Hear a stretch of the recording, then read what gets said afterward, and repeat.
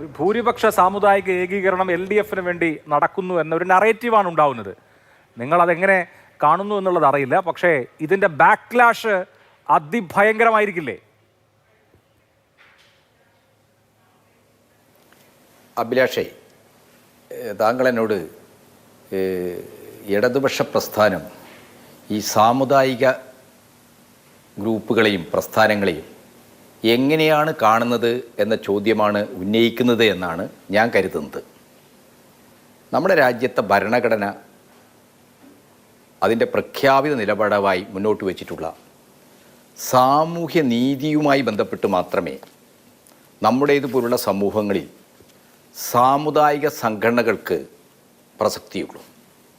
ഇന്ത്യയിലെ എല്ലാ സംസ്ഥാനങ്ങളിലെയും റീജിയണൽ പാർട്ടികൾ ഒട്ടുമിക്കവാറും സാമുദായികമായ അടിത്തറയിലാണ്. അത് സാമൂഹ്യനീതി തത്വങ്ങളെ മുന്നോട്ട് വെച്ചുകൊണ്ടാണ്.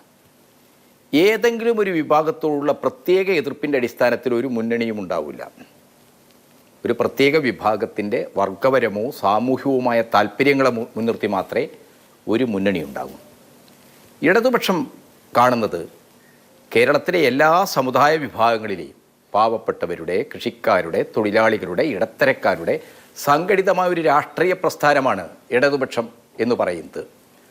സമുദായ സംഘടനകൾ പലപ്പോഴും അവരുടെ നേതൃത്വം അതാത് കാലങ്ങളിലുള്ള അവരുടെ താല്പര്യങ്ങളുമായി ബന്ധപ്പെട്ട് ഇത്തരം മുന്നണികൾ ഉണ്ടാക്കാൻ ശ്രമിച്ചിട്ടുണ്ട്. ഇപ്പോൾ ഇതെന്താണ്, നായാടി മുതൽ നസ്രാണി വരെയാണ്. നേരത്തെ സമുദായ സംഘടനകളെല്ലാം ചേർന്ന് താത്വികമായി അവലോകനം ചെയ്യുന്നതിനപ്പുറത്ത് പ്രതിപക്ഷ നേതാവിനെ ലക്ഷ്യമിട്ട് പ്രതിപക്ഷ നേതാവിനെ പള്ളു പറയാണ് രണ്ട് നേതാക്കളും, എന്നിട്ടാണ് മുന്നണി ഉണ്ടാക്കുന്നത്.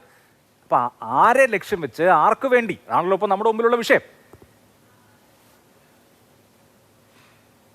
അല്ല, പ്രതിപക്ഷ നേതാവിനെയാണോ അവർ ലക്ഷ്യം വെക്കുന്നതെന്ന് നമുക്കറിയില്ല. അവർക്കെതിരായിട്ട് ഏതെങ്കിലും വിഭാഗങ്ങൾ ഹെയ്റ്റ് ക്യാമ്പയിൻ നടത്തുന്നുണ്ടെങ്കിൽ അവർക്ക് ആ തലത്തിൽ അതിനുള്ള പ്രതികരണങ്ങൾ ഉണ്ടാക്കാം. വർഗീയമായ ആക്ഷേപങ്ങൾ, അവരെ വളരെ വിദ്വേഷ പ്രചാരണത്തിൻ്റെ രീതിയിലുള്ള അടച്ചാക്ഷേപിക്കലുകൾ, ഇതിനോട് സമുദായ സംഘടനാ നേതാക്കൾക്ക് അഭിപ്രായം ഉണ്ടാകാം. പക്ഷേ സമൂഹത്തിൽ ഒരു മുന്നണി രൂപം കൊള്ളുമ്പോൾ അത് ഇടതുപക്ഷത്തിനാണോ വലതുപക്ഷത്തിനോ ആണോ ഗുണകരമാവുക എന്ന ചോദ്യത്തിന് ഞങ്ങൾ ഒരു സമുദായ സംഘാടനത്തിൻ്റെ തലത്തിൽ പ്രവർത്തിക്കുന്നവരല്ല. എല്ലാ സമൂഹങ്ങളിലെയും സമുദായങ്ങളിലെയും വിഭാഗങ്ങളിലെയും പാവപ്പെട്ടവരുടെ, പണിയെടുക്കുന്നവരുടെ സംഘടിത രാഷ്ട്രീയത്തെ മുൻനിർത്തി അവരുടെ ക്ഷേമത്തെ, വികസനത്തെ മുൻനിർത്തിയുള്ള രാഷ്ട്രീയമാണ് ഞങ്ങൾ മുന്നോട്ട് വെക്കുന്നത്. അതുകൊണ്ട് ഞങ്ങളെ സംബന്ധിച്ചിടത്തോളം ഈ സാമൂഹ്യ വിഭാഗങ്ങളിലെല്ലാമുള്ള അടിസ്ഥാന വിഭാഗങ്ങളുടെ പിന്തുണ ഉറപ്പിക്കുക എന്നുള്ളതാണ്.